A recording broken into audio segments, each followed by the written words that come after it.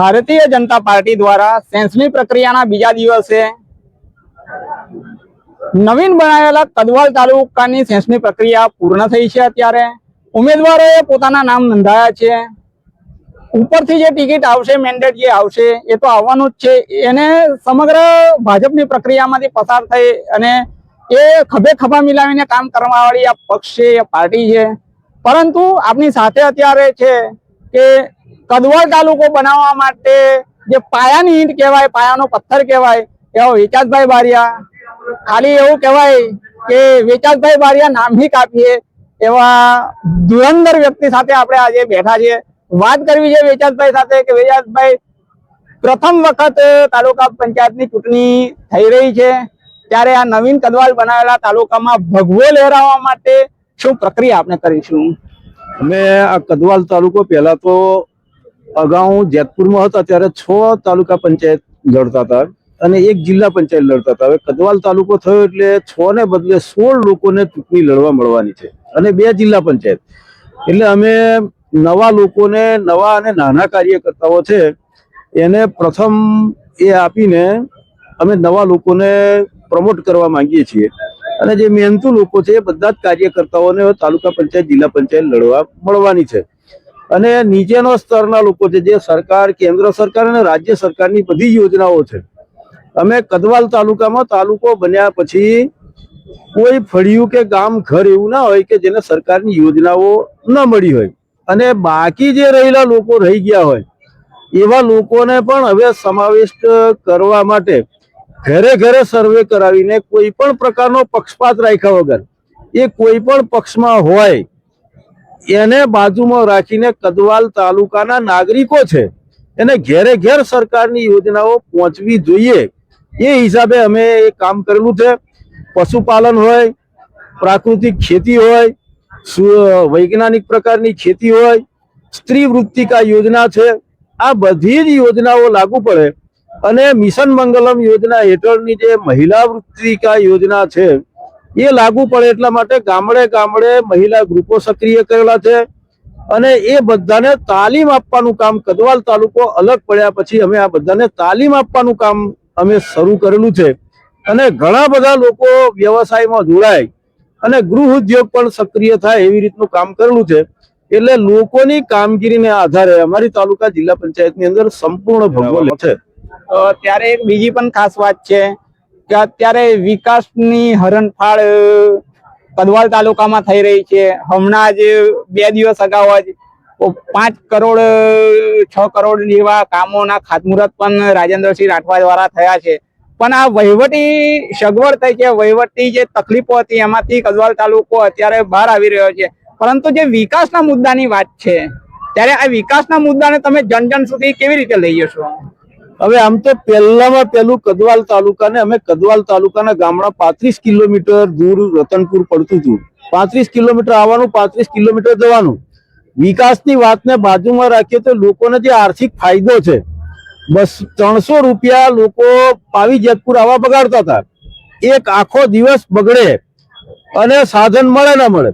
હવે 8 કિલોમીટરની પરિધની અંદર જ તાલુકાનું મથકના અંદર કાર્ય થાય છે અને તરત જ માણસ ચાલતો આવે, સાયકલ લઈને આવે સરળતાથી અને બાઇક લઈને આવનારો માણસ અડધા કલાકમાં આવે, કામ પતાવીને અડધા કલાકમાં પાછો જતો રહે છે। એટલે આ વહીવટી સરળતા જે થઈ એને લીધે આર્થિક ફાયદો પણ થયો છે, પોતાના કામ પણ થઈ શકે અને જે આવા જવાનું ભાડું જે છે એ કરોડો રૂપિયાની બચત થઈ જવાની છે। અને અત્યાર સુધી ધારો કે તાલુકો અલગ પડ્યા પછી ગણીએ તો 10,000 લોકો રેશન કાર્ડની સુધારણા, આધાર કાર્ડની અપડેટ અને ચૂંટણી કાર્ડનું આ બધા એક પ્રમાણે 10,000 લોકોએ તાલુકાની મુલાકાત લીધી। હવે 10,000 લોકોને 300 રૂપિયા ગણો તો કેટલા બધા રૂપિયા થાય? હવે એ સીધું 50 રૂપિયાની અંદર કામ થઈ ગયું એટલે એ પણ ઘણી મોટી બચત થઈ છે। અને બીજું અમે તાલુકાના આગળ વિકાસ માટે, વિદ્યાર્થીઓના વિકાસમાં નવી કોલેજ પણ અમે આર્ટ્સ, કોમર્સ અને સાયન્સ સાથે કોલેજ પણ અમે મંજૂર થઈ ગઈ છે। આ હમણાં હવે થોડા દિવસ પછી એનું એડમિશન શરૂ થવાનું છે। એસટી ડેપો પણ મંજૂર કરાવી દીધું છે। અમે આઈટીઆઈ માટે અમે રજૂઆત કરી છે અને સરકારે હકારાત્મકતા આપી છે। ધારાસભ્યશ્રીએ 6 કરોડના કામોની કાલે ખાતમુહૂર્ત કર્યું, પણ બીજા 5 કરોડ કદવાલ ગ્રામ ઉત્થાનના મંજૂર થયા છે ને નિયમ પ્રમાણે 5 જ કરોડ આપે. પણ મેં મુખ્યમંત્રી શ્રીને વિનંતી કરી કે કદવાલ એક નાનો તાલુકો છે, અંતરિયાળ તાલુકો છે, વધારે પૈસા આપો. એટલે બીજા 10 કરોડ રૂપિયા અમને ગ્રામોત્થાનના સરકારે બીજા મંજૂર કરી આપ્યા છે. એટલે આર્થિક વિકાસની દ્રષ્ટિએ કદવાલ તાલુકો ખૂબ આગળ જવાનો છે. અને બીજું કે કદવાલ તાલુકાને રોજગારી માટે અમે આ સ્ત્રી વૃત્તિકા યોજના હેઠળ માંગણી કરેલી છે. એટલે ગૃહ ઉદ્યોગની શરૂઆત અમે ત્યાં કરાવવાના છીએ. અને ગૃહ ઉદ્યોગમાં મહિલાઓને રોજગારી મળી રહે, મહિલા ગૃહ ઉદ્યોગનો વિકાસ થાય, સાથે સાથે યુવાનોને પણ અમે એક સારી એવી યોજના, જો વિસ્તારના લોકો રસ લેશે, એક બકરા પાલનની યોજનાની અંદર મેં એક વિશેષ રસ લીધો છે. અને સારી દૂધ આપતી બકરી અને 2 લવારા જે નાખે એ પ્રકારની બકરીઓનું પાલન લોકો કરે, એવી રીતે કેન્દ્ર સરકારની યોજનાનો અમે લાભ અપાવવાના છે. અને એનાથી જે કઈ પ્રજાની સમસ્યા છે એ આખી દૂર થશે. અને એનું આખું ડેરી પ્રોડક્ટનું આખો પ્રોજેક્ટ અમે ઊભો કરવા માટે અમે ધનતુર કિસાન પ્રોડ્યુસર કંપની નામની એફપીઓ મેં ઊભી કરી છે, ખેડૂતોની કંપની. એ ખેડૂતોની કંપની દ્વારા પ્રોજેક્ટ લાવવાના છે. એટલે એક સારામાં સારો બકરીના દૂધનો આખો પ્રોજેક્ટ અમે કદવાલ તાલુકામાં ઊભો કરવાના છીએ. એટલે ગાય અને ભેંસના દૂધ ઉત્પાદકો છે એના કરતા પણ વિશેષ આવક ઊભી થઈ જાય અમારા કદવાલ તાલુકામાં, એ આયોજન તરફ અમે જઈ રહ્યા છીએ. સાથે સાથે વેચાતભાઈ ખાસ વાત એવી કરવી છે કે મૂળભૂત જરૂરિયાતો જે કહેવાય, રોડ, રસ્તા અને પાણી. હાલ આપણે સુખી ડેમના ઉપરવાસના વિસ્તારનો આપણો તાલુકો છે. તો આપણી જ નજીકમાં એક પાણીનો આટલો મોટો સ્ત્રોત સુખી ડેમ છે, પણ એ જ પાણી આપણા જ ગામોને નહીં મળતું. તો આની માટે આપણા જે તાલુકાના ગામોને પાણી આ પહોંચતું થાય. પીવાના પાણીની ખૂબ મોટી સમસ્યા ઉનાળામાં ત્યાં સર્જાતી હોય છે. તો આ પાણીની સમસ્યાને લઈને, પાણીના મુદ્દાને લઈને શું આગળનો આપણો રોડમેપ હશે? અમે એ રજૂઆત કરેલી. અમારો વિસ્તાર આ નલ સે જલ યોજનામાં સમાવેશ નહોતો થયો. એટલે કુંવરજીભાઈ બાવળિયા પાણી પુરવઠા મંત્રી હતા, માનનીય મંત્રી શ્રી કુંવરજીભાઈ. એટલે એમને રજૂઆત કરી હતી. એટલે એમની રજૂઆતને લીધે અમારે મુવાડા જૂથ પાણી પુરવઠા યોજના મંજૂર કરી છે. અને એ સક્રિય થઈ ગયેલું છે, આખું સ્ટ્રક્ચર તૈયાર છે, પાઇપો નખાવાનું કામ અત્યારે ચાલે છે. એટલે પીવાના પાણીની સમસ્યા તમામ ગામોની અંદર મોટા મોટા ટાંકાઓ અને સંપો ઉભા કર્યા છે. એટલે આવતા દિવસોમાં કદવાલ તાલુકાને પીવાના પાણીની સમસ્યા દૂર થઈ જવાની છે. અને સાથે સાથે સિંચાઈનું પાણી પણ અમને મળે. એ દાહોદ પ્રકલ્પમાંથી, સાગટાળા તળાવમાંથી, બારાકાસટિયા રહીને અમારા વિસ્તારમાં પાણી પ્રવેશે, એવી પણ એક રજૂઆત કરી છે. એટલે એ પણ આવતા દિવસોમાં મંજૂર થઈ જવાની છે. એટલે સિંચાઈના પાણીની પણ સમસ્યા અમારા તાલુકામાંથી દૂર થશે. પાણીની સમસ્યા, પીવાના પાણીની તો એ હલ થઈ જ જવાની છે. કારણ કે તમામ ગામોની અંદર ટાંકીઓ બની ગઈ છે, સંપ બની ગયા છે. અને ગામ સુધી પાણી પાઇપો પહોંચાડીને એ સંપ સુધી પાણી અત્યારે પહોંચતું થઈ ગયું છે. હવે ખાલી ઘર કનેક્શનો એટલા દુરસ્ત કરવાના છે. ખાસ કરીને એક બીજી વિશેષ વાત એવી કરવી છે કે હાલમાં એક આપણા વિસ્તારની તાસીર કહી શકાય, એક જમાનાનો કોંગ્રેસનો ગઢ કહી શકાતો હતો, એવા ગઢ વિસ્તારમાં એક નવીન તાલુકો છે. ત્યારે ઘણા જૂના એ છે.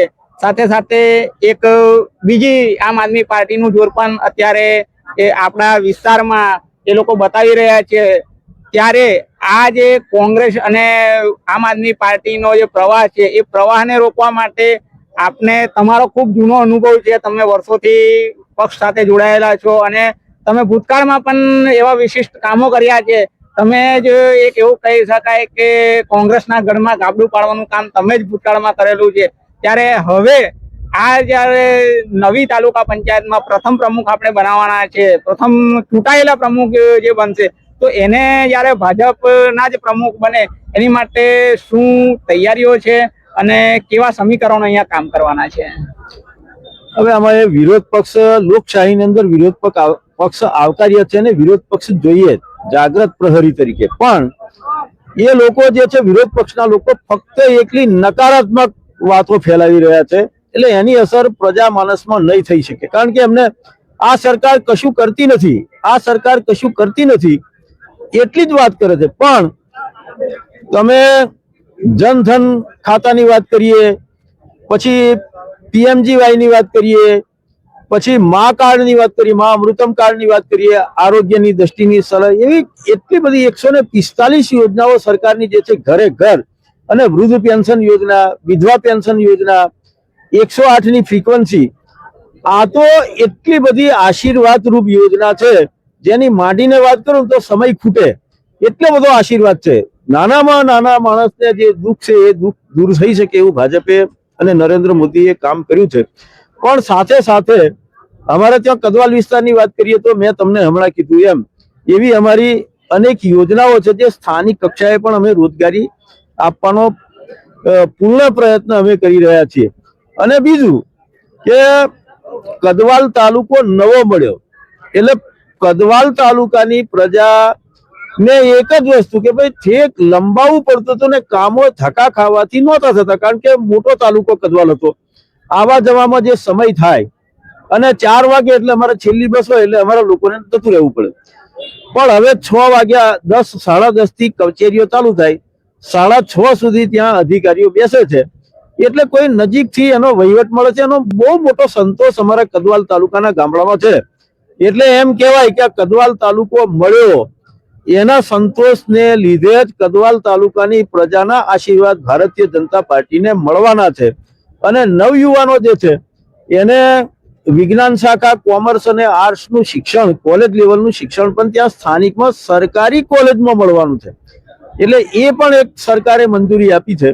એટલે યુવાનોનો પણ આશીર્વાદ ભાજપને મળવાનો છે. એટલે ભાજપની બોડી સારી રીતે દબદબા પૂર્વક કદવાલમાં બેસવાની છે, આ વિશ્વાસ છે મને. એક છેલ્લો સવાલ એવો કરે છે આપનો કે સ્થાનિક સ્તરે વેચાત બારિયા એટલે ભાજપના આઇકોન એવું કહી શકાય, પાયાનો પથ્થર જે કહી શકાય કે એકલા હાથે લડીને પણ એક ભાજપે જે વર્ચસ્વ આ વિસ્તારમાં જમાવ્યું છે, ત્યારે તમે સ્થાનિક નેતા તરીકે આ ચૂંટણીમાં, આ તાલુકા પંચાયતની ચૂંટણીમાં કદવાલ તાલુકાની જનતાને શું પ્રોમિસ આપશો, શું વચન આપશો કે જેને લઈ અને કદવાલ તાલુકાની પ્રજા ભાજપનો ભગવો તાલુકા પંચાયતમાં લહેરાવે?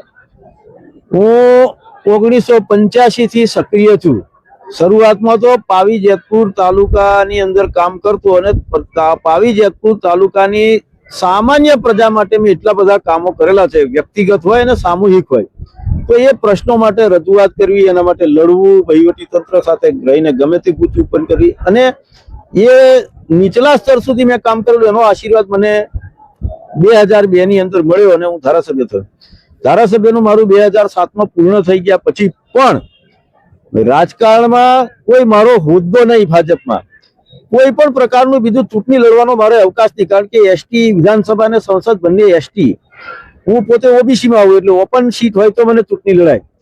મારે ચૂંટણી લડવાનો કોઈ અવકાશ નહીં હોવા છતાં પણ 2007 થી આજ દિન સુધી પ્રજાની સેવા કરવા માટે રાત દિવસ હું સક્રિય છું. અને પ્રજાના જાહેર પ્રશ્નો હોય, અંગત પ્રશ્નો હોય, રોડ રસ્તાના, આરોગ્યના, પોલીસના પ્રશ્નો હોય, કોઈ એને હેરાન કરતું હોય કે વહીવટમાં કોઈ જગ્યાએ ગૂંચ પડતી હોય, જંગલ જમીન વાળી વાત હોય કે પાણીના પીવાના પાણીની વાત હોય કે કોઈ પણ વાત હોય, એની અંદર હું પ્રજાની સાથે કાયમ માટે વધતો હતો. અને આજે પણ હું કદવાલ તાલુકામાં, કદવાલ તાલુકો બનાવવામાં, એ બન્યા પછી નવા તાલુકામાં સહકારી ક્ષેત્ર એટલે જુદી કે કોઓપરેટિવ સોસાયટી છે, પછી ફળ શાકભાજીની મંડળી છે, ગામે ગામે ફળ શાકભાજીની મંડળી થાય, વિકા મંડળી થાય, મહિલા ઉદ્યોગ મંડળી, મહિલાઓને રોજગાર આપવા માટે મહિલા ઉદ્યોગ મંડળી થાય, પછી મજૂર કામદાર મંડળી થાય, જંગલ કામદાર મંડળી. આ પ્રકારની બધી કામગીરી આ 6 મહિનાની અંદર રાત દિવસ કદવાલ તાલુકાના ગામોમાં ફરીને આ બધા જ પ્રકારની મંડળીઓ મેં બનાવી છે. અને લગભગ 2000 સ્ત્રી મહિલાઓ અને 4000 પુરુષો આ લોકોને સહકારી ક્ષેત્રની અંદર સભાસદ તરીકે મેં જોડ્યા છે. અને એ જો મંડળીઓ જ્યારે સક્રિય થશે, રજીસ્ટ્રેશન કાર્યવાહી હેઠળ અત્યારે છે, એ સક્રિય થશે એટલે સહકારી માળખામાં પણ ઘણા લોકોને રોજગારી મળવાની છે.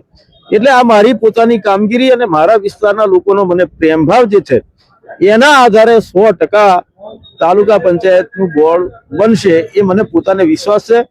અને વિસ્તારના લોકો મને વ્યક્તિગત તો ખૂબ પ્રેમ કરે છે અને મને પોતાને સંપૂર્ણ ભરોસો છે. ત્યારે આ હતા આપની સાથે છેલ્લા લગભગ 45 વર્ષથી ભાજપના પાયાના પથ્થર કહી શકાય અને પૂર્વ ધારાસભ્ય એવા વિકાસભાઈ બારિયાને સંપૂર્ણપણે વિશ્વાસ છે કે કદવાલની પ્રથમ તાલુકા પંચાયતની ચૂંટણીમાં સંપૂર્ણપણે 100% ભગવો લહેરાય એવી એમને આશા છે, અપેક્ષા છે અને એ રીતનું એમનું માઇક્રો પ્લાનિંગ છે. ત્યારે હવે આ ચૂંટણીઓની પ્રક્રિયામાંથી જ્યારે પસાર થાય છે ત્યારે ટિકિટ કે મેન્ડેટ જેને મળવાનું છે એને મળશે, પણ સાથે સાથે કદવાલ તાલુકાના દરેક કાર્યકરો ખભેથી ખભા મિલાવી અને કાર્ય કરશે અને આ તાલુકા પંચાયતની ચૂંટણીમાં સંપૂર્ણ ભગવો લહેરાય એવા કટિબદ્ધ સંકલ્પ સાથે આજે એમને 100%ની ગેરંટી આપે છે કે કદવાલ તાલુકામાં 100% ભગવો લહેરાશે જ. આ એમના આત્મવિશ્વાસને ટીમ જાગૃતની ટીમ સલામ કરે છે. જોડાયેલા રહેજો અમારી સાથે. સંજયસિંહ રાણા, ટીમ જાગૃત, જબુગા.